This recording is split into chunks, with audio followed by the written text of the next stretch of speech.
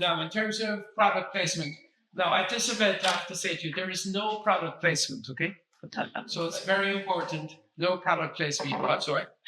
Um, okay, folks, welcome to the stunningly beautiful Kinsale Library.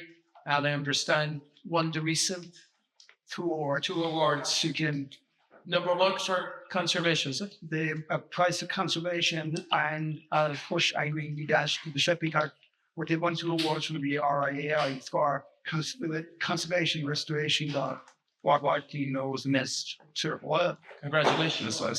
Stunning building. I'm still holding the product placement. Bye. So just to say a few things, folks, I suppose number one, sincere thanks to Steph, the team here at the library. They're actually on the day off today, so they kindly came in to support the event. So sincere thanks to them. Thank you, Steph. Really appreciate it. Number two, in terms of fire safety, the exit is there on the left. I've been told still in the event we have to exit. It's that exit. Here's the exit. It's right there where Peter is standing. And please put your phones in silent mode if you must use it. The purpose of today really is to look at an iconic food destination like Kinsale, which we can see today coming in as a stunningly beautiful location, primarily with respect to Western tourists. And if you know me, UK, US, clearly, I see lots of Americans out there playing the old Eddie Kinsale or else with theirs. But not really the end of your public, but as sadly the potential Aer Lingus action shows, markets can change all the time. So we all need diversity. You need different people from different specialties coming ideally at different times of the year. So today, I'm not going to go through the panel, you've seen them all, but I will hand you over now to Padraig Brennan, who's our food lead in Johannesburg and sets for BNO's food and indeed Kinsale intimately. Over to you. Thanks very much, Mark. You might welcome everyone. So, thanks very much, Martin. Good afternoon, everybody. Thank you for taking the time to come to what I hope will be a very interesting discussion. When we think about food destinations in Ireland, I think very quickly it comes into a Kinsale. I think the marriage between Kinsale as a food destination and what Asia Matters is about in terms of growing that link between Ireland and Asia, it's a good mix to talk about for the next hour or so. So I'm looking forward to getting into that. I think we couldn't ask for a better venue. I think when I walked in the door this afternoon, you just couldn't believe how you can repurpose a building that's been here since the late 1800s and really turn it into something as fantastic and as open and as modern as we have here this afternoon. I think it shows how you can repurpose, how you can reutilize. And I think in terms of what we're going to be talking about today is in terms of the Irish tourism offering and food tourism offering in particular, we constantly need to evolve, we constantly need to grow. So I think if we can do it to a building that's been here for 200 plus years, it just shows what's possible. So really delighted to be here. I think the theme of today's discussion in terms of the future of Kinsale as an iconic food tourism destination is really, really timely. When you look at all the challenges the industry has been through over the last number of years in terms of dealing with COVID and all the other cost of living crises that the industry has had to kind of think about, now is a good time to reflect. And when you look around the panel that we have here this afternoon, we're blessed with a really impressive array of expertise and experience in the tourism sector. So I'm looking forward to learning loads. I'm going to throw a ball in here now and see what happens in a few minutes. But just to go through very quickly, and I'm not going to do big introductions, but from nearest to me to furthest away from me, the panel is as follows: by Ashley McDermott, who's Asia Manager with Tourism Ireland. Delighted to have you here, Ashley. Thank you, Paul. We have Paul Carty, a man of many talents, now currently living in Kinsale, you tell me, former MD of the Guinness Storehouse in Dublin, former chairman of Fáilte Ireland at one point, and now a tourism consultant. So delighted to have you, Paul. Thank you. We have Josephine O'Driscoll, who's the Wild Atlantic Way Manager with Fáilte Ireland, and many other things as well. We have Seamus Heaney, who's head of Visit Cork.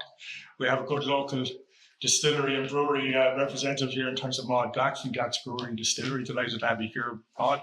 And then finally, and by no means least, we have Liam Edwards in terms of the local chamber of tourism here in Kinsale. So I think you'd agree that we have a really fantastic array of expertise presented here. What I'm trying to get out of the next hour or so, and I think if we allow a little bit of time at the end for a little bit of mingling conversation, it's good. And I think you'll be fed up listening to me within an hour anyway, so we'll try and stop it then. There's three things that I want to try and cover, I suppose, this afternoon with the panel. First of all, the potential to grow tourism from China into Ireland, first of all, into Cork and into Kinsale? What needs to be done? What is the potential that's there and how we can go about it? Then I suppose digging into that as part of Ireland's strength already as a food tourism destination. What exactly are the strengths that are there? What are some of the challenges that we have to be honest with ourselves as well that we might need to be able to address? And then finally, given that we're in Kinsale, how we can position Kinsale as that food destination of choice, if you like. So that's really what I'm trying to do over the next while or so. So without any further ado, maybe if I could get into it, and as I, given the fact that it is an Asia Matters event, I want to start thinking about China. There's no one better to start than yourself, Ashley, when we think about China in terms of the potential that's there. But I know that you know China and the broader international area quite well in your role. So would you maybe just talk to us a little bit about where China currently fits, or where you think it could fit in terms of that tourist sector comes into Ireland, if you like? Yeah, so of course, thank you for it. So as Cork said, my name is Ashley McDermott. I'm manager for the Middle East Asia. I also look after global inbound, traditionally known as UK inbound, for Tourism Ireland. And just to explain Tourism Ireland's role for anyone who doesn't know versus Falkland Island, which my colleague and Josephine here is, Tourism Ireland markets the island of Ireland overseas internationally. So we're responsible for everyone overseas trying to tell them all about Ireland, sell Ireland to them, get them to Ireland. And as soon as they land on the island of Ireland, it's over to Josephine and the team in Falkland Island and Tourism Northern Ireland up north, and they look after all product development. So I'm very much going to talk about what that Chinese visitor looks for, how we've shifted and changed in my time looking after them, and Josephine will very much talk about local product development and what we have to offer here on the ground. So I have been with Tourism Ireland for 15 years, and in all that time I've been looking after the Middle East and Asia. So I know China very well, and I've seen a lot of developments in terms of that Chinese visitor, and then as well as what we as a kind of a country have, how we've made it easier for the Chinese visitors to come to the island of Ireland. So one, we have two biggest barriers to entry. One is direct access, which we have now, which is fantastic. So Hainan Airways returned after COVID. We had direct access pre-COVID, and they've come back last year and they've come back again this year. So they fly 4 times a week direct from Beijing into Dublin. They want to do that year round. The cap on our Dublin airport is a limiting factor to that happening and that ambition. So they're in talks with Dublin Airport Authority or the DAA over that. But we have direct access, and that's fantastic, and that makes it very easy for people to come in. But we also, in terms of visa regime and visa developments, we have what we call the British-Irish Visa Scheme, BIVS. And that means that Chinese visitors to the island of Ireland can come to Ireland on one visa, a UK visa or an Irish visa. So if they have a UK visa and their first point of entry is the UK, they can also come to Ireland on that visa. If they're coming directly to Ireland and they also want to go to the UK, they can go to the UK on an Irish visa. So that's 2 countries, 1 visa, which is a great selling factor and a selling point. And we had a bit of discussion this morning around the whole visa and how that is such a barrier. And actually, I'm blessed. I even myself can see it. I went to China a few weeks ago, and where the Chinese government have made it visa free for Irish citizens to go to China. And it's so easy. Like, you just book your flight and you show up with your passport. And it's a huge, one less thing to think about in advance. And it means also that last minute bookings and that like lead times have really changed in terms of bookings since COVID, because there's people are very, and that's global. I was just on a call even in the UK, everyone's lead time has shortened. So no visas or change in visa regimes is huge. The other thing that we've had as a positive since I've been looking after China is in 2019, we had over 300 tourism products on the island of Ireland that completed the China Ready program. So they did the foundation program, and then they also did the advanced program at Coaching.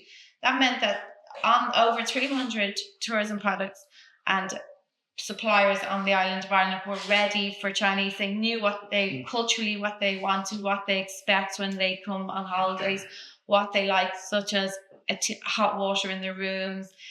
The Chinese are very open to new food and trying new food, but they do love their rice, and they do like to have at least 1 meal a day that is, or from it is one a day, but they would like that they have their congee, or that they have their kind of stuff that they're very comfortable with. But then they also do want to try new foods, and their palate is very developed.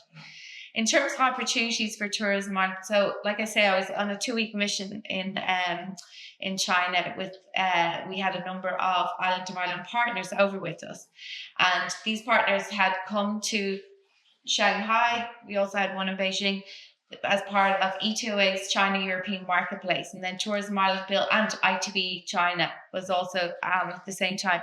And Tourism Ireland put in a number of B2B sales calls with all the tour operators, travel agents, and travel advisors on the ground in China. We did an event with Kinsale Village. So from what I hear, what I know, and what I've learned even this morning from tourism economics, the Chinese outbound market has not recovered. It's not yet fully recovered. Domestic travel is what is really driving their kind of tourism right now, but it's set to recover by 2027.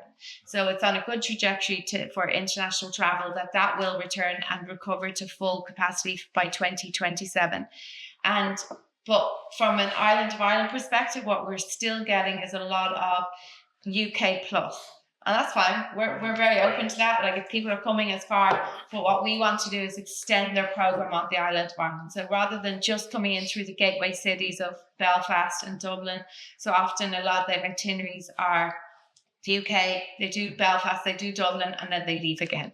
But Tourism Ireland work around 3 pillars of sustainability, and that's economic sustainability. So that's keeping the tourism product on the ground viable, keeping it alive, keeping you all in business, keeping our suppliers in business.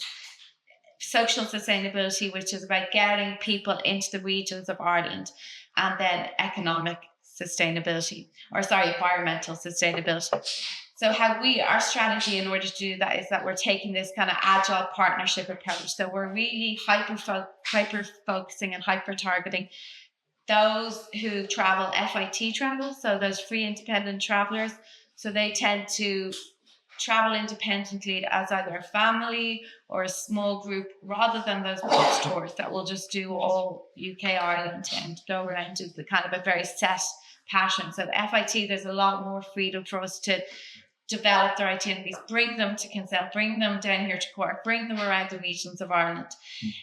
Also high net worth individuals. So while I was in China, we did an event in a private members club in Beijing. And that private members club, it costs $500,000 a year to join. So these are very high net worth targeted audience for us to try and bring to Ireland. And we did a full event and one evening there with them.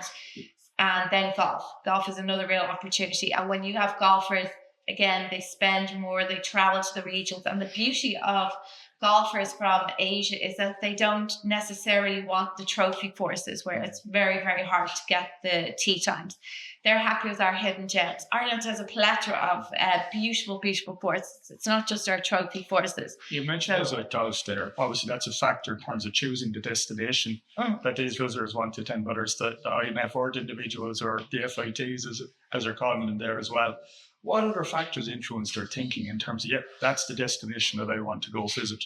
What else is in your mind? What else is on their tick list, if you know what I mean? What do they want to do when they're here? Yeah, no, what will make them decide if you like to come to Ireland or come to Cork or Kinsale or whatever it is? What do you have to have in place, or how do you position that, Yeah, well, they definitely need a curiosity for Europe. So you're really trying to target the people. So one of the ways we're targeting is we're looking at I have a team member in the UK who looks after UK and back. So if we look at the Chinese people who go to the UK and remove the London bias, so anyone who just goes to London, that's a huge peak. It's the London bias. If you're willing as a Chinese person to go outside of London, then you will love a holiday in Ireland, because that's the kind of target audience that we're looking for. So people who want to see the coast, who want to travel, see our greenery, they love the Wild Atlantic Way, they love all the kind of the Titanic, Belfast, Guinness House, they love ticking those boxes too. But then they love the simple things, like when we are on farm trips and we drive by a field of like sheep and cows, and I know that sounds stereotypical, but they genuinely love seeing that nature and yeah, they do, and the farm tours and just seeing what and how Irish people live. So they love those experiential things, right? They feel like they're part of the Irish family. They feel like they're part of the community, the music. They love, like, two of the biggest popular cultural things, actually a few things, river dance. Yeah. They tour China the whole time. They love Westlife. Westlife will often do concerts online. And they love Westlife. To say that. Yeah, they love Westlife because they learned English through Westlife. Yeah, Westlife was played to them in school, and they learned English through. I hope I'm not speaking on behalf of you, anyone from China. So I hope you can agree. We all love Westlife. You can speak better to me, but when I was there, Iris, who was in Island Tech Shanghai for Tourism Ireland, she works for us over there. She sent me a link to Westlife. There was like 20 million people listening. I was on watching Westlife. They're talking to them. They still love them. And then things like, we just had a Bloomsday event there where they love like Irish literature and stuff. So, and then food is upcoming. Like, they're interested in that. Like, I would say in terms of Asia, Japanese really are curious about food, but Chinese are growing in their curiosity and their sophistication in food. So we're looking for inquisitiveness. We're looking for a sense of curiosity. You mention things like there's a natural attraction to things like the Guinness Storehouse or whatever. And Paul, that's back into your territory in terms of your past, shall we say, or whatever. Also, the Guinness Storehouse, an iconic location in Ireland for anyone coming into Ireland, if you like. In your experience, did you attract any or many Chinese visitors to the Guinness stores? And if so, why or how was you? Yeah, sure. Good evening, everybody. In the year 2019, which is the last year that I was there, just before COVID, we had 1.7 million visitors to the storehouse. And of that, we had 3% Chinese, would you believe, 51,000. Yeah. Which was enormous, actually, because the numbers in Ireland at that time was only 100,000. So we had a 50% share. However, they weren't all pure tourists, if you like. A lot of them were visiting London and hopping across, or school students, and their parents were coming in. So, but however, to get 51,000 was an incredible achievement. And the way we did it was we went after it. We just went old-headed after it. We did the Fáilte Ireland, Chinese Ready program. Tourism Ireland arranged fantastic overseas trips that we joined in. So I think it's important to participate. So the Chinese Ready program was telling us the things we need to do to get the Guinness Storehouse ready for Chinese. So having Chinese-speaking staff on the team, having some form of congee or rice on the menu. They don't have to have it, but at least offer it. And having audio guides in Mandarin. So all those things helped towards it. But I went on a few of those trips to China, and like you, Aisling, I learned an awful lot. And you stole my line on Westlife. Because actually, when you're the reality is the Chinese, actually a lot of them don't know where Ireland is. Let's be honest. They actually don't know where Ireland is. They're not sure. And I remember going into an office once and I was dialing up the greenness of Ireland and Kerrygold butter and all this sort of thing.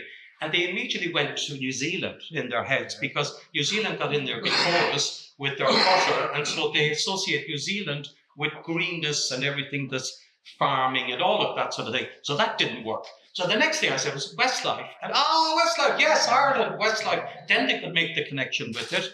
The other thing that works very well is our filming now. So Game of Thrones, Star Wars, the Chinese love that and the connection with that. And then the other thing is around food. And I do think, and Aisling mentioned, we have amazing food in Ireland.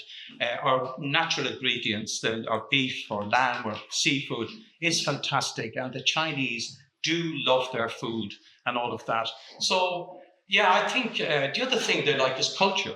So when we mentioned W.B. Yeats, for example, they must study W.B. Yeats at school or something because they really love anything to do with that, with poetry. So I think in terms of our brand assets that we need to dial up over in China are these sort of emotional connections that they relate to, because they don't genuinely know where Ireland is. And a lot of the Chinese, they come to the UK, they come to Paris and Rome, those iconic landmark countries that are well known. And Ireland is like an add-on. They don't know about it. So we need to be smart about, making sure we use up the brand assets that I mentioned that has an emotional connection with them, and get to the education. There's a lot of Chinese students in Ireland, so their moms and dads come over here. So get to them, because it's a slow process. We have 100,000 in 2019. I'm not sure what it is up to date tourism figures, but it's not a big market for us, but it's a huge market. 160 million Chinese were tourists in 2019. 160 million. So the potential is enormous. Even if you only get 0.00002% of that, it would be huge for us. So I think the potential is there. And as Ashley said, I do also agree very strongly we should go after high net worth individuals, because the Chinese tend to travel, a lot of them, in coaches, and they go around because of the language thing and all of that. And I don't think that's the market. We should go for high net worth individuals, golf, food, tourism, and culture, the culture and things that we talked about, and track to be very niche, be very strategic about how we approach China. And it is a long term. I think we could get to 200, possibly 300,000 over time. Yeah. But it's that emotional connection, what you're really talking about, is key. Yeah, and the language as well. I think, that in the Guinness stores, I noticed when we started getting the Chinese, a lot of them were leaving dissatisfied.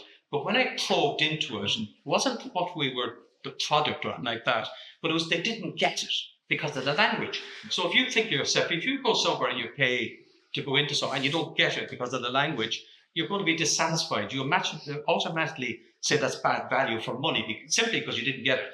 So I had a cleaner cleaning, who was Chinese lad, going around cleaning, and he spoke perfectly English.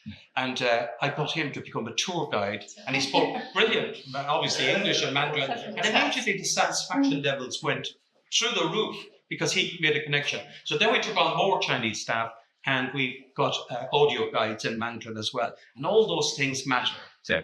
That I suppose makes it easier to feel a connection much more easily to the destination. Exactly. So I'm thinking then, Josephine, Ashling described you as once the person arrives in Ireland, you kick in.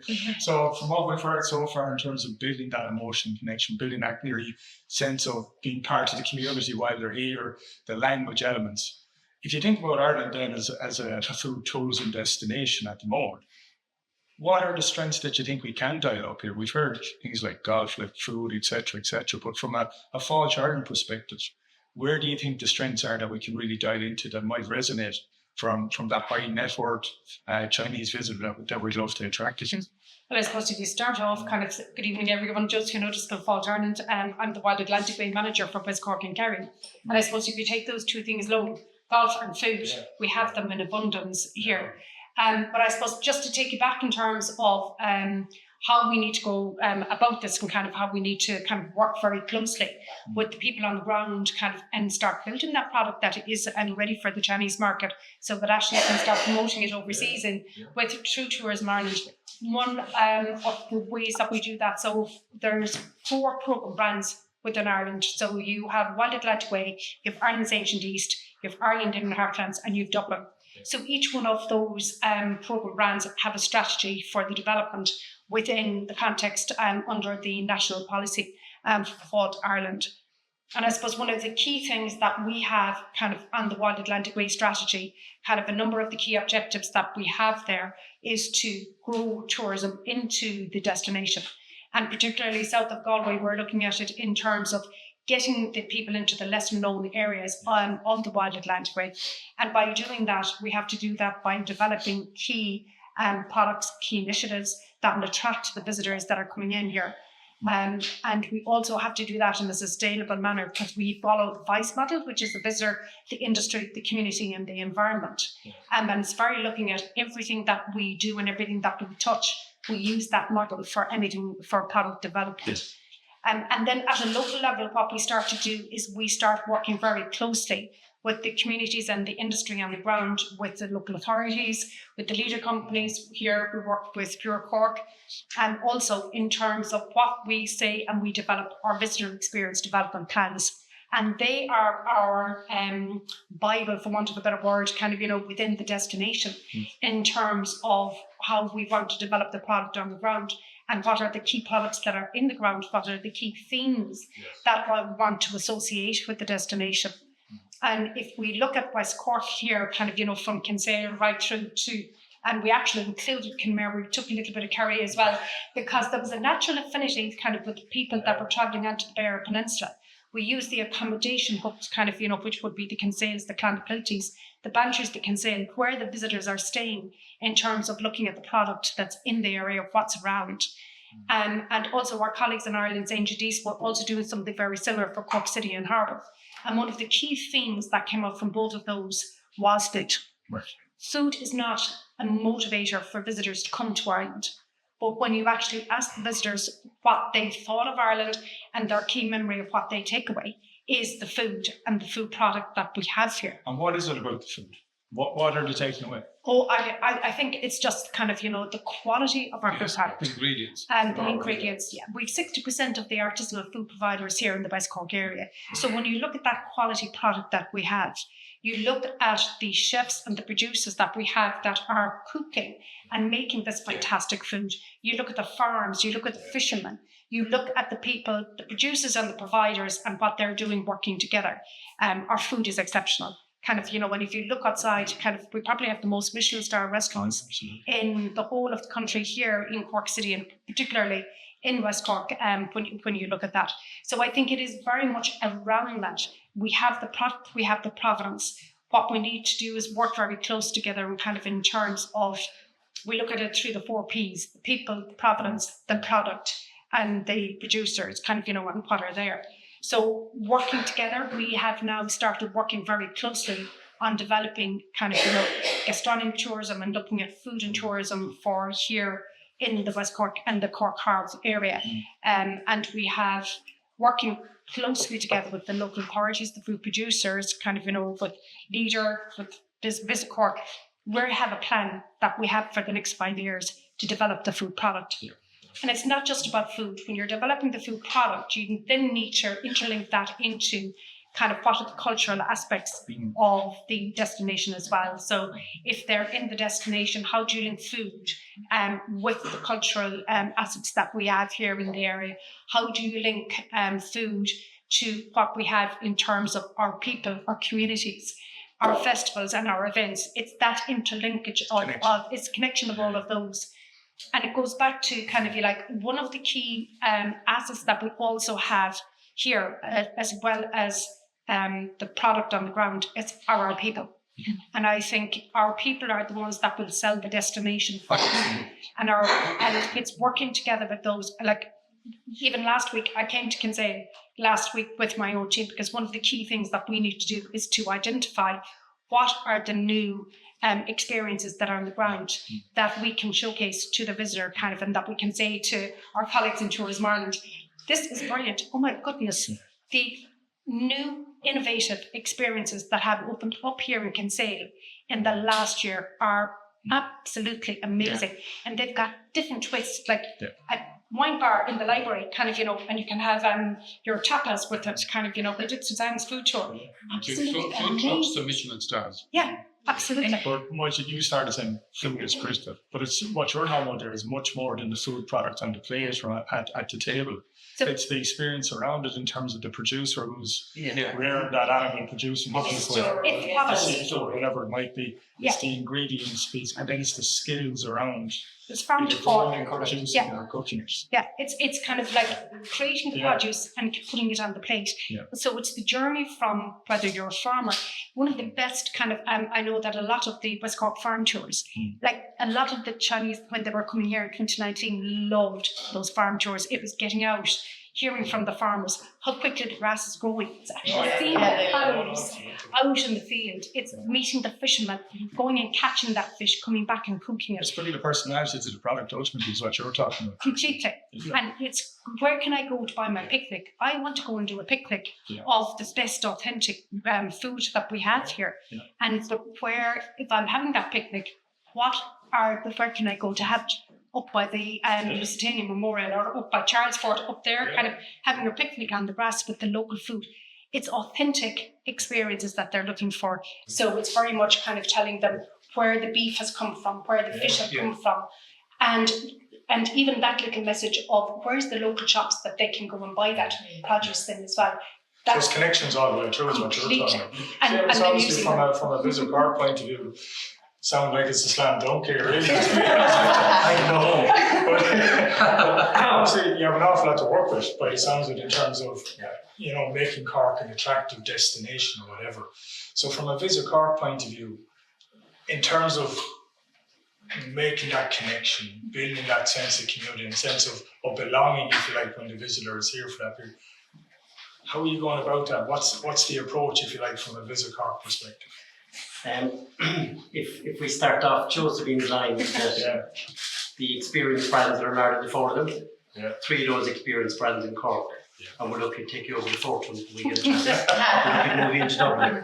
But we have the 3 of those at our doorstep, so I suppose that's you know, that's, to me, it's a great sign of what Cork has to offer. And when we talk about food, I always just think like the raw ingredients that we talk about here on the ground. And I know Liam will be able to talk a bit more about this, but some of the stuff going on menus here, the fusion cooking is going to be very big. And the fact that a lot of the Asian, and I just don't want to talk about specifically China, but a lot of the Asian foods, like food in Asia itself is amazing, like what they have, the fresh ingredients they have, the raw ingredients. I think we're very fortunate in Ireland that we're exporting so much beef and milk and dairy product, and it's become trusted in China. And I think the word trusted is a big part of their vocabulary when it comes to food. But it's just the whole fusion cooking, and I'd love to see a lot more chefs coming over from that part of the world and experiencing some of the great delights that we have here. Again, we talked about go back 10 years ago, we had no Michelin stars in Cork, and now we have 20% of them in the country. And we have two Michelin stars in Cork all in the last 4 to 5 years. And again, it's bringing in that influence, and it's not coming from just Irish people, it's bringing in chefs from different parts of the world, bringing in those different influences. But I think fusion would be key. Is TJ off lovely name in terms of what you're doing here in Kinsale? You're a practitioner, as we would say, in terms of delivering this experience day in, day out or whatever. Whether it's on the fusion cooking side of things or a broader aspect in terms of creating that connection, if you like. How do you go about creating that connection with that visitor that's coming into Kinsale and wanting them to, number one, come back again, number two, spread the word, if you like, that this is a destination you should be looking at? Yeah, I think Kinsale kind of has a diversity of food. You know, I suppose that's in such a small town. It's only got 5,000 of a population, and we have a Michelin star restaurant. We have food trucks. We've every style of food is available in Kinsale. I think that diversity is a big selling point in Kinsale. But I think with Kinsale, I mean, I suppose historically we are the first food town in Ireland, but bring us up to the modern day, we're part of a whole picture of Ireland, really, of being a food destination, and we're trying to take the element of surprise. You spoke about people coming back from visiting Ireland saying they're not coming here for the food, but the food was brilliant in Ireland, it was lovely, but you're trying to take the element of surprise when they do come to Ireland, that Mastery of very welcome. You can make it. It's just that element of surprise when they do come to Ireland, that they do realise that the food is so good. We have the best ingredients in the world, have no shadow of doubt about that, we believe it. And it's up to restaurants then to bring that to the forefront, you know. So again, we've been blessed in Kinsale with the people behind the food scenes. We had through the 70s and 80s, we had Peter Barry, Brian Cronin of the Blue Haven. Brought us up to the modern day, we've had Martin Shannon promoting fish like no chef ever did in Ireland. Brought the fear out of fish. There's a slight funny affair the Irish people have with fish. So cooking it at home is not done as frequent as it should be. So Martin Shannon was brilliant for Kinsale. We've got our first Michelin star restaurant in Kinsale, which was well deserved in Baskin. So we're very modern. I think we've evolved an awful lot. You know, we haven't come static. I think you spoke about the food, Suzanne's food tours. There's a lot of stuff happening that's kind of bring us up, but we just want to be part of the whole food tourism plan. You know, we want to be part of that. We don't want to be the signature town in Ireland. We just want to be part of why people come to Ireland. They come to Kinsale, they'll go up to Dingle, they'll go to Galway, they'll go to all these food places, these food destinations, and they'll have equally as good food in every town, you know. Kinsale always strikes me as a town that's constantly evolving, Yeah. constantly developing a new offering. But I wouldn't say constantly. Like, I mean, like every place through the 80s, Yeah. 90s, we had our problems, you know. I mean, we got criticised, you know, that we were kind of a one-track pony. The food was very much the same. So, you know, we never rest on our laurels there. That's the one thing about Kinsale. We never rest on our laurels. We always feel, you know, we can give a little bit more. The food scene, you know, we always constantly evolving. Like, but yeah, 80s and 90s were tough. Like a lot of towns, you know. When we were called the gourmet capital of Ireland, I think when you put yourself up there, you're there to be beaten down, and we were well beaten down. But we came back out fighting. I might just bring you in here. Obviously, your background is brewing distilling. Yeah. And I think when you think about food tourism and creating that connection, no doubt one of the most successful ways Ireland generally has created that connection with visitors has been around the tourist experience, around distilleries. Obviously, the Guinness Storehouse being another really iconic example of that. Yeah. In your view, why does that work so well? Like, why does it connect with people? I suppose we have a real quality product in Ireland in the distilling business. Yeah. Back in the mid-19th century, we had 88 distilleries, licensed distilleries. In the 1980s, we had 2, and now today in 24, we have 45. Yeah. And in Cork alone, there's 4 whisky distilleries. There's West Cork, Clonakilty, Blackspring and Distilling ourselves, and then Middleton, obviously. Yeah. So, yeah. But like in terms of, you've talked about the footprint of the distilling industry, like that's growing, but very much around that distilling industry has been this tourist experience or visitor centre experience, whatever you want to call it. I'm not sure what the right terminology is, but it's been really important in creating that connection, that kind of sense of quality, if you like. With our tour, like we offer an experience out at our brewing distillery, and it's a lot of what Josephine said. It's the product and the people. And for us, with our tour, we focus very much on Kinsale, as well as telling our own history. We have our own history. We're brewing and distilling in Kinsale for 10 years, so we have a history. And then we look at like where we're situated, the history of our building, where we are now. We look at our barley comes from Ringrone, which is across the water. So we tell that story, and that goes into the whiskey we make and the beer we make. And then also we tell about Kinsale and the Battle of Kinsale, and just give a little history of what's going on around us. And I mean, we're very lucky to be us as our business to be part of Kinsale, and it's a really progressive town. And but that provenance is critical then. It is, yeah. It's, I mean, like, you're as good as who surrounds you, you know? So, like, and I feel like Kinsale is very much like that. Everybody bands together in the industry, and food and drink is very complementary. Absolutely. Listening to you all so far, it's clear to see that the bar has been evolving and rising all the time, or I'd say the level maybe rather than the bar, in terms of what Ireland and Kinsale and Cork generally has to offer when it comes to the tourism side, and food tourism is central to this. I can imagine the last couple of years haven't been easy in terms of the sector. COVID, cost of living, cost of everything, by the sounds of things. I'm sure there's challenges that we need to think about as a sector that have to be addressed in order to take the next step. You mentioned earlier on, Ian, that you're not sitting on your laurels, you're always trying to move. It might be a small step forward or it might be a big step forward. But in terms of being able to take that next 1, 2, 3 steps forward, what are the challenges we need to think about? From a Fáilte Ireland point of view, what would be on your mind, for example, Joseph? How long is the list? Well, no, it's a very valid point, I suppose, because look, we're still trying to get back to the 2019 levels of where we were, kind of, in one instance. So I suppose now is a time that we can actually take a step back and reflect in terms of where do we want to go? And I think that's really valuable for all of the destinations at the moment in terms of, like, is this the path that we still want to go down? When you're looking at it in terms of developing the destination, working with Kinsale here, and looking at it in terms of the food context, there's a number of things that we have to factor in and consider. I suppose the first challenge is still that kind of, the shortage of staff and available staff, kind of, that's there. And look, it's in every industry that's going outside there. I suppose the other thing kind of and the challenges that we have is that if we want to collectively develop food and tourism, we need to really work very closely together kind of in terms of how do we do that. And I suppose we need to look around together in terms of looking at a governance model in terms of how we're developing food and tourism product kind of moving forward. The big thing that we're doing at the moment, we're currently looking at is when you look at a lot of the food experiences, the food providers, the trucks, the restaurants that were there in 2019, it's an audit of what's there already. And kind of that's a really big practice in terms of looking at it in the context from the visitor's perspective.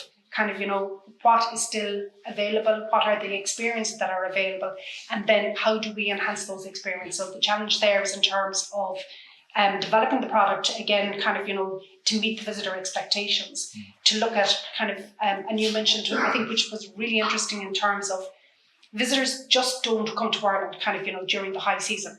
We want to make the destination kind of a season, kind of, a destination all year round.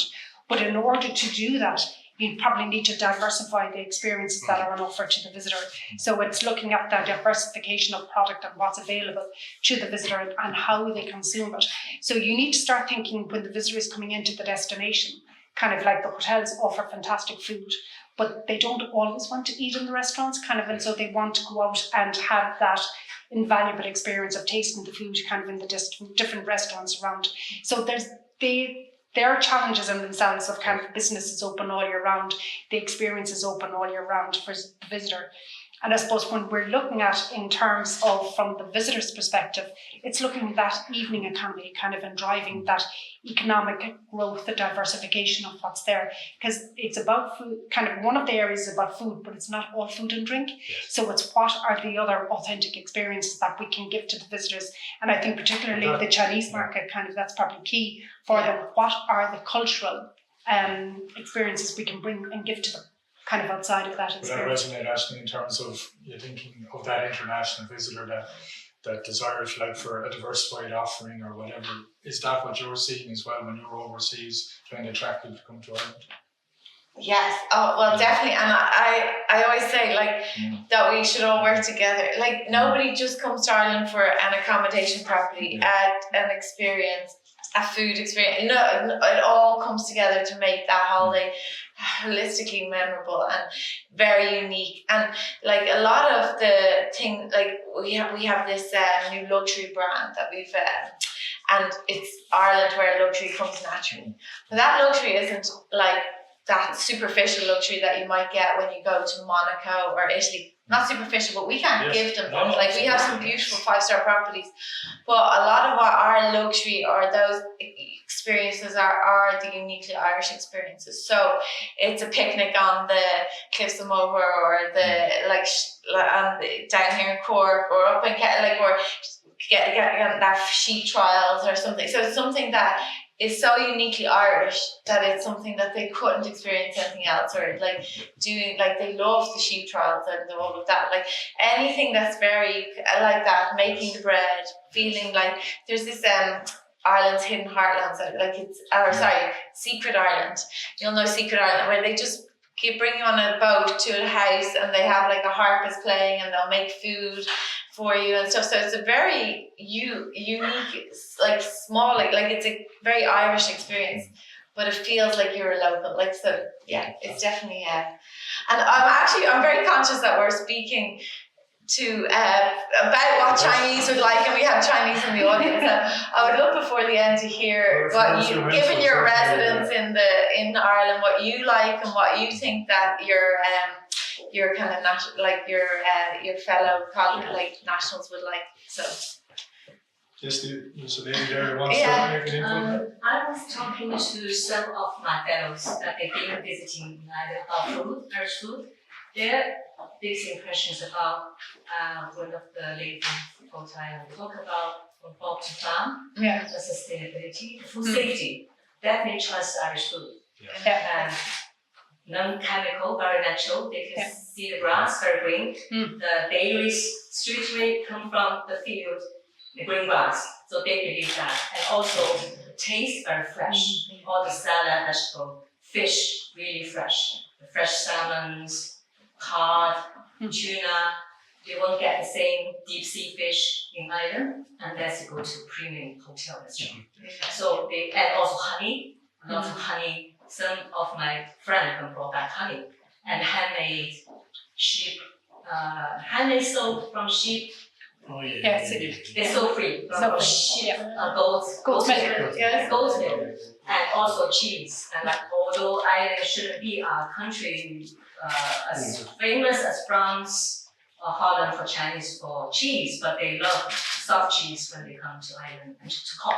They've been to English market, so they're fascinated by what they saw in English market and very clean compared with the conventional market in Ireland. But now it's much better in China. Like a lot of places, the market is super clean. But they said when they visit English market, they don't get strong, distinct, smell of the food. So it's very pleasant experience. But really, the biggest impression is about food safety and freshness of the food and traceability of the food. That's my experience when I'm talking to my fellows. So it seems to come back to thank you very much. Thanks. It seems to come back to trust in Ireland as a destination. Trust in the food offering is a very big part of building that reputation, if you like, and maintaining that reputation over time. It probably begs the question, and Paul, you've been involved in the industry for a long time. I'm not going to ask how many years, but for a long time. In terms of listening to everything that's been said and your own thoughts on it, how do we move forward? What's the next step of the with regard to tourism or the China or Asia market? I think tourism generally first, Tourism and then generally. come to China specifically, because I think they're two separate. Just very quickly, I think first of all, we're in a great place in the world with tourism. I mean, the World Travel Organization, Tourism Organization, is predicting growth for the next 10, 20 years, and that's going to happen. And we can see that. In fact, one of the biggest problems we may have would be over-tourism in certain parts of the world. So let's just get that context right, that tourism supports 10% of the GDP of the countries on average and 10% of the workforce. Like here in Ireland, we support 230,000 to 240,000 jobs, which is a lot. So that's all the positive side. On the challenges right now facing our industry is our costs. Our cost base are going through the roof, and tourism is becoming increasingly expensive to be operating in. And it's not just food costs. Liam knows all about that. It's energy, it's labour costs, and it's all insurance and rents and everything. So it's all coming at us, and there's more to come. So that's a real challenge. And what we don't want to lose is our competitiveness. We need to retain that. That's hugely important in Ireland, that we remain competitive. And the second biggest challenge is our labour, mentioned earlier on. There is a real challenge for us to get young people to come into the industry. And mom and dad at the kitchen table, when they're filling out their COs, are not encouraging the children to come in, the kids to come into this industry. And a lot of kids now don't go. When I was young, I was out in the country in Dunboyne in County Meath. I was very glad to get a work in a pub and a restaurant. But the young kids nowadays have far more choice, and they're travelling more, and they're not going into it. So labour is a big thing. Somebody mentioned it earlier on, the cap at Dublin Airport at 32 million passengers. That's a real problem. And it's not been discussed enough. Because 85% of all tourists, visitors to Ireland, come via Dublin Airport. Whether we like it or not. I know I love Cork Airport, I always travel through it, but the reality is Dublin is the gateway and Dublin is the destination. Whether we like to hear that or not, that is the fact. And then they go around Ireland. So the cap at 32 million is scandalous. I mean, it's really going to create a problem for our industry. And then the next challenge coming down to us is the cost of sustainability. This lady articulated it very well. But to have sustainability properly in all our tourism industries is going to require a huge amount of money. And so, the industry is already struggling to make costs. So that's going to be a challenge. When you talk about sustainability and the cost of sustainability, explain a bit more what you mean exactly. Well, it's the cost of implementing what is expected of us. Right. I mean, if you talk to the operators, they give you loads of examples of sustainability, which is going to incur costs to the operators. And small thing, Sorry? It's a lot of regulation. Yeah, it's the regulation, but I mean, yeah, it's food waste. Dermot, are you interrupting me or do you want to say something? Just a small message from the Food Rights Association of Ireland. We have 600 members. I'm the National Secretary. And information is important. And you have a kind of a captive audience here, people from China studying in Ireland. Yeah. I think there should be a special briefing document prepared for them when they go back home. Okay. That they will get the good points of Ireland. And then in Cork, my granddaughter, she spent a year in Shanghai, as part of her degree course. And 5 students who go to China should also be given some kind of briefing thing. Okay. And they will spread the word about Ireland. Casually, because it's word to mouth is one of the best ways of spreading information. Thanks. And getting people enthusiastic. Thanks. For coming to Ireland. I thought you were going to tell me something about sustainability there. I didn't feel the spread of the word. Thank you. Dermot Ryan, local historian. So those are the main challenges. I suppose the staff and the cost of competitiveness and all that. And that's coming down the tracks really rapidly. So those are real challenges. Lee will tell you better than I would about going to Lee next. the Restaurants Association. Would you concur, number one, with the challenges that Paul and others have been? Yeah, I mean, it is getting the younger generation into our industry and how it's perceived, to work in our industry. I mean, there's been loads of improvements in the PR of our industry and how kitchens are now a good place to work. 70s and 80s, maybe not so. So we're trying to promote working in the kitchens. We have Noel Murray there somewhere, who's one of the head of hospitality in MTU, and he knows the challenges more than anybody. It's just, how do we get the younger generation into our industry? How do we see it as a career? If you go to continental Europe, you'll see the Europeans, the Spanish, the Italians, the French, the waiters. It's their career. It's not looked frowned upon. And they're brilliant at their job. They won't have the personality that we have, obviously, but it's done to a T. And they've got chefs in there. They've got French chefs cooking French food. Unfortunately, if things don't improve, we'll have Irish food being cooked, but won't be by Irish chefs. That's the bottom line. So what needs to happen then? And we won't get back into this now, just in terms of I know what needs to happen. Investment in the industry, I suppose. Investment in the college trainings, investment in the colleges. We lost CERT in the 80s. It was never replaced by the government. That was a specific training for chefs, for all the industry, all aspects of the industry. And there was some great names in Cork who trained myself, John Pearson, Jarek Lay, brilliant people. There's brilliant people in Cork at the moment, but they just, it's not specific to our industry, the training anymore, because they can't get the numbers in, but it's tough, but it's the biggest challenge, I've got 3 boys. I want one to be a chef, I suppose the biggest challenge. The biggest challenge for that are the parents. So it's changing the mindset of the parents, kind of, in terms of it's educational in terms of, and you were right, because we took a group when we went to Catalonia looking at food and kind of, and talking with them. And from the time that they're kind of, they can say food, kind of what they want on their dinner plate, they were always talking about food and being used kind of to prepare the food. So they've had it as part of their DNA.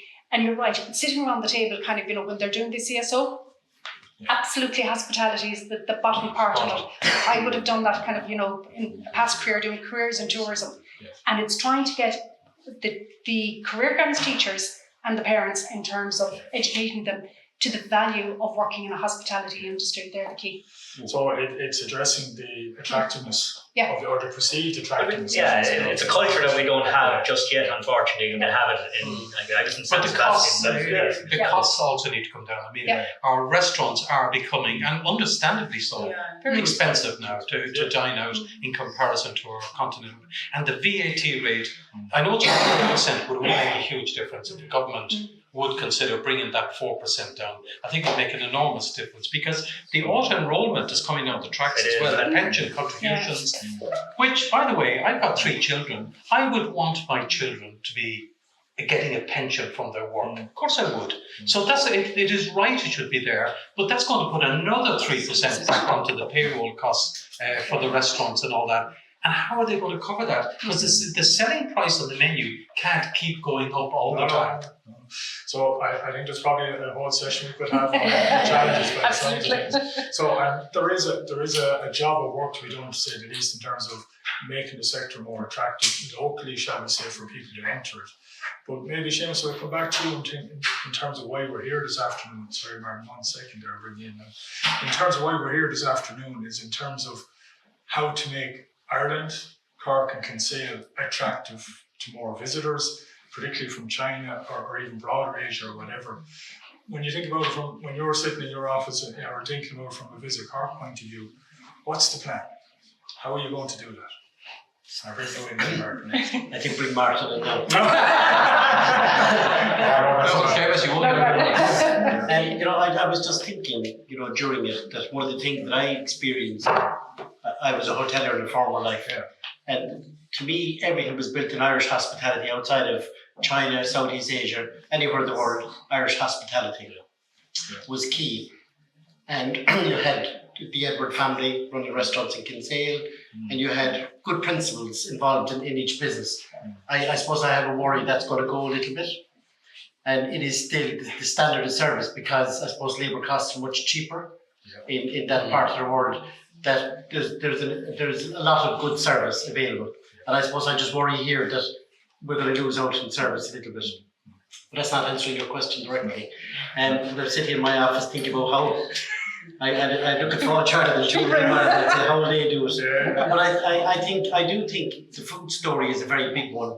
But I do think keeping every authentic Irish is an Irish story, and I was the one who spoke about trust, because in our business, if the consumer does not trust you, and that's whether you're a restaurant, if you get a bad experience in a restaurant, there's no trust in that restaurant.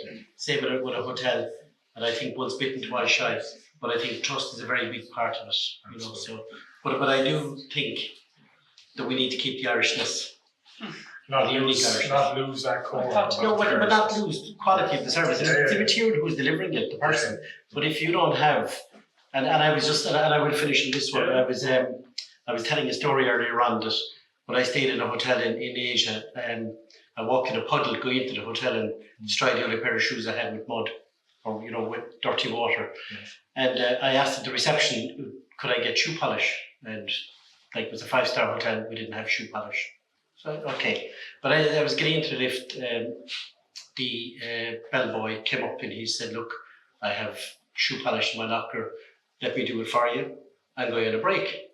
So I said, that's great altogether. So I came up to the room, took the shoes. I was on the phone to my wife. Then the funny part of it was, and she said, you're so immediate because he's probably got off with your shoes. But anyway, knock at the door 5 minutes later, and here were my shoes, cleaner than I've ever had them in my life. But the guy wouldn't take a cent. And it was genuine. It was what Irish people did, years ago. Oh, I'll do that for you. Let me do it. And I think that's the most important thing for me, is we don't lose that. And I think that's what makes us unique around the world. Everything else is secondary, but genuine hospitality. No, that's a good answer. Thanks, Sean. Martin, you wanted to come in? I do, and I want to say something which perhaps I don't mean it in the way it might come across controversial, but sometimes I think we're too Irish or too Cork, and we need to compromise and adapt accordingly. You can never be too Cork. I'm a global citizen first. Yeah, but I think I qualify that by saying it's immaterial who's delivering the service. Okay, but let me make it doesn't have to be an Irish person. The point is this. Asians, I'm married to a Japanese, okay? Yeah. So we, as Japanese, Chinese, Koreans, people from Thailand, Indonesia, people eat rice all the time. So. And when you go to the average hotel or a restaurant or pub food in Ireland, it's still a very limited selection. It's still fish and chips or a burger or whatever, It's not very exciting, to put it bluntly, what I mean? And we eat in a different way to the way Asians eat. Asians are a collective society. So Asians, cook together, prepare dumplings together, it's a whole experience together, and they share. So every time we have visitors in from China or Indonesia or Japan, in a lot of the time, there are a few restaurants in Dublin that, from experience, we get them to understand, we don't want to do these individual courses. we want platters on the table that people can share. Sure. And as an industry, we need to do much more of that for the Asians. They don't want 3-course meals. You know, they might want just a nice kind of, salmon with a Murphy's or binge or whatever.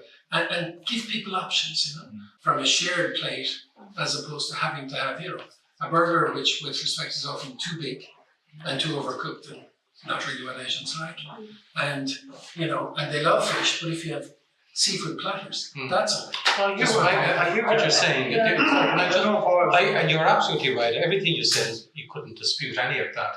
The only thing is, I think we have come on in leaps and bounds with the quality of our ingredients and all that, Martin. I mean, there's 55 places in Kinsale to dine and about, of all sorts, going from, as I said, a food stall to Michelin.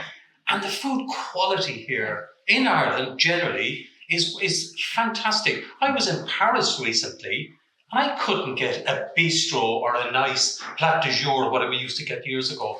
I think we leave the French standing in the quality of our food. I hear what you're saying and all that about the right, how we do need to be a bit more innovative and creative about the burger and the fish and chips and things. I absolutely agree.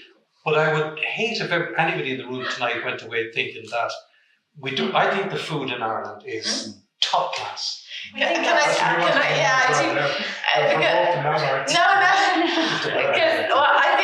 think you're both right, and I think this is just where this cultural awareness, like our China Ready. I'll tell you, our China Ready program. That's just about cultural understanding of how different cultures like to eat, and understanding. It's a very easy solution there. Like, so when we have fam trips, right? So we bring fam trips in from China, and they think it's hilarious that the driver guide will sit in the corner and eat their food. Like, he'll just have a plate, he'll eat his dinner, and they're all sharing.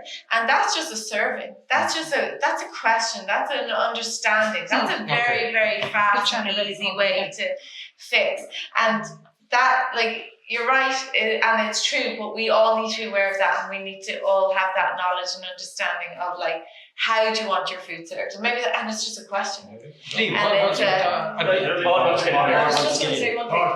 While what Martin was saying, we don't do the sharing plates, but I do think we've got so much better in the last 5 to 10 years at these small plates. So when we go out to eat now, like you in the evening times, there isn't that starter, main, dessert. That's like St. Francis. It's still there. Yeah, like St. Francis, Liam, all the restaurants in Kinsale actually have a great selection of like starter, which would be small plates, and you can go in. Whereas it's not in the sense of the sharing, but you can share. But as in, so we are changing. But it's probably not. Do you want to another issue, I think. Every restaurant has to stay in business, and it's what consumers want as well. And unfortunately, it is burgers and fish and chips is very popular dishes. But you must realise there's a lot of Irish menus have been reduced because of the cost of food produce. Lamb is nearly impossible to put on a menu in Ireland at the moment because of the cost of it. Crab claws. Asians love seafood, love crab claws. Anytime we've had Asians in our restaurant, they love crab claws. I can't put it on the menu. Realistically, I would have to serve 6 crab claws for €35. I would be slaved. I'd be on a radio show. Exactly. So there is smaller menus because of the food cost. And I could go through a lot of items here, not just what the last 2 I mentioned. And we have to stay in business. So markups have to be made, and markups are made sometimes on the simpler dish, especially with places like ourselves where we're kind of a high volume places. But Kinsale is a huge diversity. The smaller restaurants, the food that they're doing, the restaurants that open at 6 o'clock in the evening, spending their whole day prepping, and their menus are amazing. But it strikes me there's an awful lot of menu innovation. Yeah, that's insane. What's happening? Yeah, the diversity in Kinsale has never been better. So, people can make their choice. They don't have to walk around. They look at the computer, they can scan the menus, and they make their own choices. I was also going to say, realistically, the majority, because Tourism Ireland, like the Asian market is like 2%. So you're feeding, like you're catering to the masses. Like, so I appreciate we're here to talk about Asia, and we want more Asians, we want China. But also, that's not the majority of your business. No. So like we're all sitting here like, you have to give what the people want, and your clients aren't all Asian. So, but if you see Asians coming, then we can also learn and how we. Yeah, I cater think towards Martin's that. point as well made about being prepared. If you know you're having a group of Asians in, then make an effort to do sharing platters and smaller platters. I hear what you're saying. Yeah. And I suppose it goes back to like the China Ready program was really, really good. It's bringing that back in again, but I suppose it's as part of the food journey that we're on at the moment. It's looking at who our visitors are and where they're coming from, and actually matching kind of, what the visitor requests are, kind of, in light of all of the challenges that we have currently. But I think it's a lot of that, and I think if the growth is going to be there 26, 27, that's our aim to kind of, have a really educated industry back around that time again. So there are a lot of learnings to be done, kind of, and we just go back, kind of, the wheels always turning, kind of, and just constantly updating and keeping going. So Ashley, if we maybe come back then to where we started, you mentioned 2027, and Josephine, you're reminding me of it. In terms of if we're back to kind of full capacity by 2027 in terms of that piece, what is the potential in Ireland, do you think? Like, what should we be aiming for from China in terms of visitor numbers? And I suppose what are going to be the 1, 2, 3 things that are really going to get that upward movement, shall we say, in visitor numbers? We talked about access, we've talked about visas, we've talked about other challenges, but we've also talked an awful lot about the uniqueness, the personality, if you like, the connection with community, all of the strengths that are there. Yeah. So what should we be aiming for? Well, if we were to sit here in 2028 and look back at 2027, what would good look like, and what would we have got right? Well, in 2019 we had 100,000 Chinese visitors, but we don't want volume now. That's not what we're about. We want revenue, and we want the right visitors, because the Stena Line ferries coming from Scotland, the ones going to Holyhead, they're full in the summer with Chinese visitors, but they're not coming down here, and they're not coming to the regions, they're not coming off peaks, they're coming in the summer. So we need to make sure that we get that balance of volume, but also the right people, and that's what our goal is, and our strategy is to get the right people coming to Ireland at the right time, which is primarily the shoulder seasons, because summer is full, and making sure that they really travel and spend, not just ticking boxes. And like, for example, the Titanic Belfast has so many buses just coming in and taking photos outside. They had to start charging the Chinese buses coming in, because they were just taking photos of the Titanic Belfast but not going in. So we need to get that balance right. And it's not about volume, it's not about those numbers anymore. We look at revenue now as Tourism Ireland. So and also sitting here and it's my area, it's my love, it's what I've done all the time in Tourism Ireland, is Middle East Asia. But our top 10 markets aren't going to change dramatically in the next 2 years. Like, it goes GB, US, Europe, Australia, New Zealand, and then the rest of the world. So it's never going to be huge, but whatever bit we can get is fantastic, and we'll keep trying to get the right ones, and making sure that they come here to Cork and travel down to the southwest or southeast. Are we in the southeast or west? I need to Dublin southwest. If you want to say southeast, that's fine. I'm very conscious that we've gone over the hour that I talked about. I think we would spend a lot more time digging into some of the things that we've only touched on the surface of, if you like. But I think there's a couple of thank yous that I'd like to give, and hopefully everybody will have a little bit of time afterwards to maybe mingle and talk about some of these issues a little bit more. But I suppose on my behalf, I'd like to thank everyone on the panel for, I think, a very open and honest contribution, and a very enthusiastic contribution, which makes my job very easy altogether. So I thank you very much for that. For yourselves, for taking the time to come along this afternoon. I think it's great to I could even hear conversations happening in the room as we're having the discussion, and that's what we want to see happen. We want more of that. I think the work coordination and working together to a plan, as we mentioned a few times, and everybody in the room is part of that plan, essentially. I'd like to thank the Ambassador for taking your time out of your busy schedule to come this afternoon, and I think hopefully you've got some perspective of the Irish view in terms of where China could potentially sit when it comes to visitor numbers and tourism into Ireland. And I'd like to thank Martin for inviting me to chair this panel. And I hope I haven't ruined your time schedule too much, but very much appreciate the opportunity. So I'm going to wrap it at that. Thank you very much. Ambassador, do you want to say a few words? So I wanted to say a few words. Fantastic. The first thing I would like to share with all of you is that this is my fifth trip into Kinsale. And one of my fond memory of myself and my wife is a delicious food here in Kinsale. We're talking about food in Kinsale.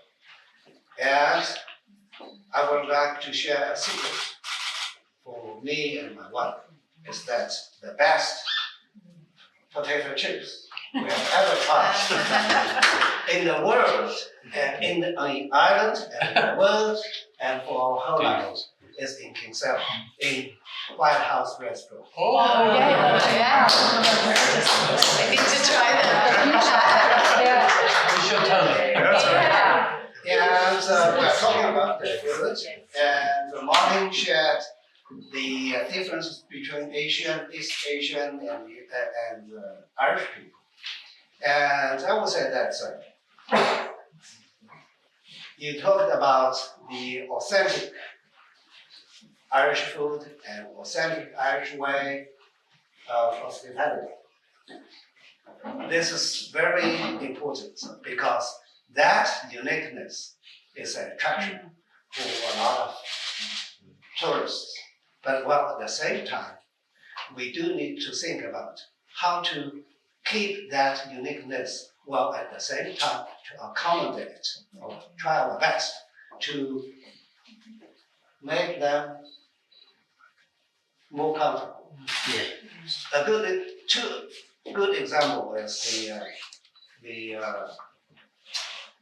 Temple Bar in Dublin. Every Irish told me that it's not authentic Irish pub. It's for tourism. It's for Americans. But for Americans, this is the best. Maybe for a lot of Americans, this is the best Irish pub in Dublin. Why? Because they accommodate the need or what they imagine about the pub in Ireland. Another good example is the Johnny Fox restaurant out of Dublin. It's very successful, and they serve their food with some adjustment. Say a huge plate of seafood to share, not an individual portion for several individuals. So I think that's also very important. So you also mentioned that only for the time being, only 2% of the visitors coming into Kinsale or Cork is from China. But China is the fastest growing outbound travel abroad market for the whole world. We have almost 400 million middle income people population, and every year there are more than 100 million Chinese going abroad. And in terms of the per capita expenditure for individual tourists, Chinese is among the top of the world. And also, so here is a figure I would like to share with you is that Chinese expenditure on travel abroad reaches 196 billion last year, ahead of the United States with 150 billion, and Germany 112 billion, the United Kingdom 110 billion, and France 49 billion euros. So I think let's forget about over-tourism. That's just imagine that tourism island set the goal to attract 200,000 Chinese tourists coming to visit islands in the next few years. Just imagine that 10% of them come to Kinsale or Cork. That means that the number is a big. So we need to think about what they want, what they need, what they want to see, what they want to taste. Here in Kinsale, here in Cork, and here in Ireland. And so I think that for hospitality industry, every little helps. And every detail matters.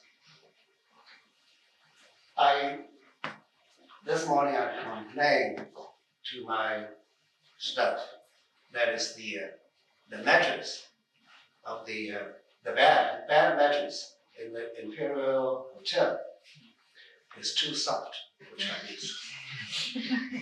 So I had a bad sleep last night. So because they're in China. Chinese people prefer the mattress more firm, more solid, and more comfort. So if we need to attract more, say, Chinese or Japanese or South Koreans, I think that in East Asia, almost all the people prefer not so soft mattress. Or futons. Yeah, I know that in Japan, Japanese is split family. Right? So it's very solid. So I think that if we are going to attract more tourists from China, from East Asia, we need to think about how to accommodate their needs, their habits, in the more subtle way. Yes. So that's my personal advice. Thank you. Thank you very much.